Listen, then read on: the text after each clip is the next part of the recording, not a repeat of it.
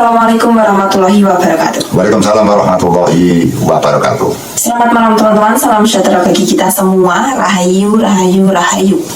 Pada malam hari ini kita sudah bersama dengan Baginda Joko Mantro teman-teman. Kita akan membahas satu hal yang menurut saya ini penting sekali kita bahas. Jadi kita tahu bahwasanya panjenengan ini itu matek sebagai sosok Bini Sepuh itu sudah sejak tahun 1990.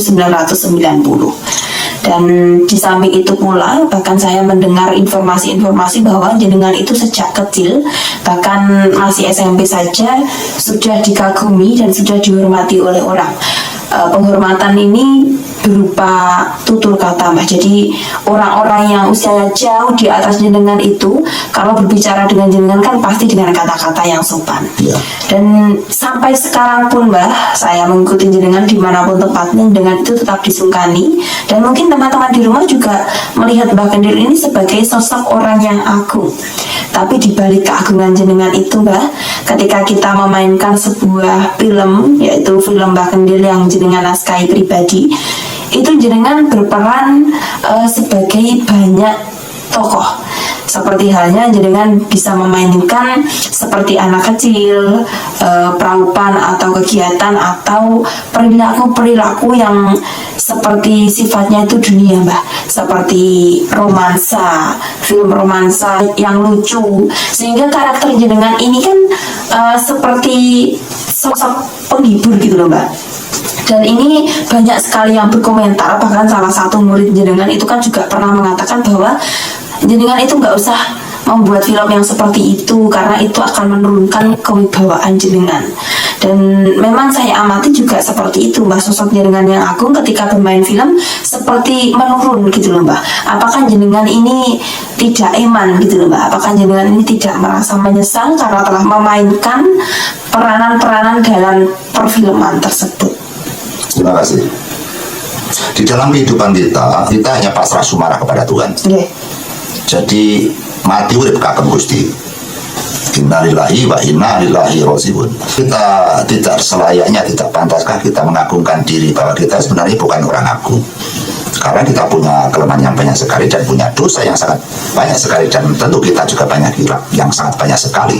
Sehingga di dalam kita menciptakan sinema, bentuk dalam cerita-cerita kisah kerajaan, misalkan cerita-cerita Nusantara, di dalam kita menyampaikan jelas kita yang pertama adalah mencintai kepada nenek moyang kita, mencintai sejarah kerajaan di Nusantara, dan kita akan selalu melestarikan karena tanpa ada orang-orang dulu, tanpa ada leluhur, maka tidak mungkin kita tercipta seperti ini. Karena kita tercipta benar diciptakan oleh Allah, tapi lantaran daripada manusia, hutan dibabat menjadi desa, menjadi persawahan atas perjuangan nenek moyang kita, dan kita yang bisa merasakan.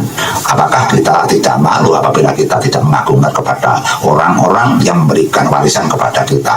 Kita tahu saja bahwa kita hanya bisanya beli tanah saja, dan kita juga lupa bahwa tanah yang seindah ini dulu juga berupa hutan-hutan belantara. Itu juga perjuangan daripada nenek moyang kita.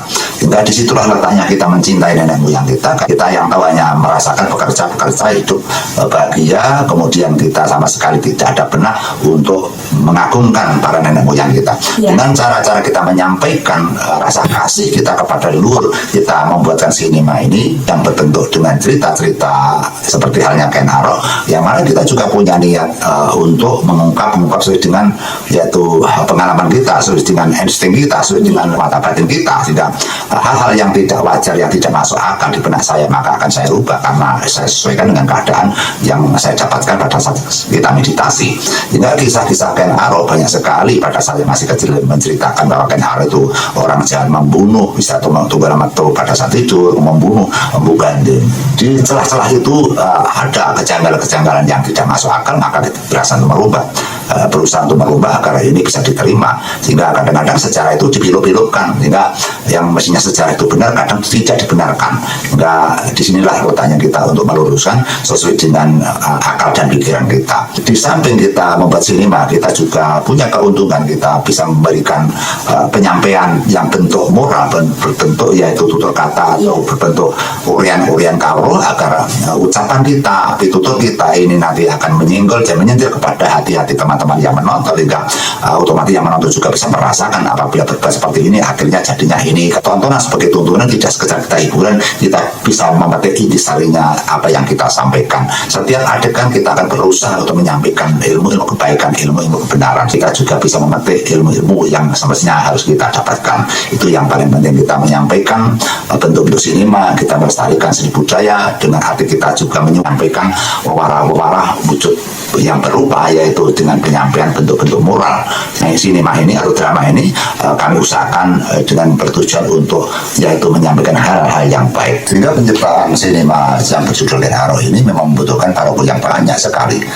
Berhubung ini hanya sebuah konten saja, maka kita berharap agar teman-teman dan saudara kita memaklumi apa yang kita sampaikan, karena tentu kita menciptakan sandiwara yang berbentuk video tentu butuh pendanaan yang sangat besar sekali. Menjawab apa yang ditanyakan baru, ya apakah kita menjadikan seorang aktor kita akan mempengaruhi dengan yaitu bakat kita, apakah mempengaruhi dengan kapasitas kita, apakah mempengaruhi dengan itu kebesaran kita, apakah mempengaruhi dengan yaitu pekerjaan kita.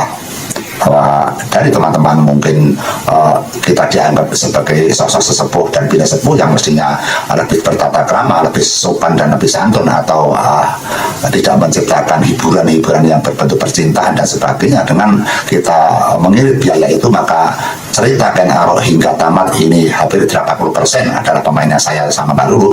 Artinya apa? Artinya kita ya bisa mengirit tentang pembiayaan tersebut. Yang penting kita memaklumi memang ini hanya konten saja, kita hanya menceritakan agar mudah diterima itu saja. Sehingga tentang mengurangi kewibawaan bagi saya tidak penting, karena wibawa dan tidak tergantung kepada akhlak kita.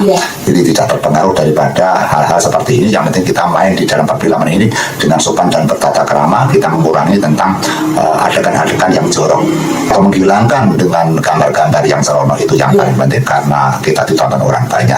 Sehingga tentang adanya kita main film menjadikan kita meragakan sebagai anak-anak muda yang bercinta, meragakan anak-anak kecil, kemudian meragakan kita menjadi seorang perempuan. Pada saat itu kita mencari sosok seorang seperti dukun bayi atau tabib bayi itu sulit sekali, maka kita daripada kita mencari nanti tidak memperoleh dan kita tidak bisa membayar, supaya kita juga meragakan menjadi seorang perempuan yang mana yang penting apa yang kita sampaikan itu penonton paham dan mengerti. Sehingga bagi saya tentang bakat kita atau keahlian kita, apabila teman-teman merasa melihat kita menjadi rendah, menjadi tidak berharga, kami pun juga tidak masalah, karena berharga itu bagi saya yang penting adalah berharga di hadapan Allah Subhanahu wa Ta'ala. Kita disanjung orang, kita dipuja orang, tapi kita dibenci Allah, sehingga itu malah percuma. Sehingga apa yang kita lakukan yang penting kita bersandar, berpondisi pada ketakwaan kita kepada Allah Subhanahu wa Ta'ala.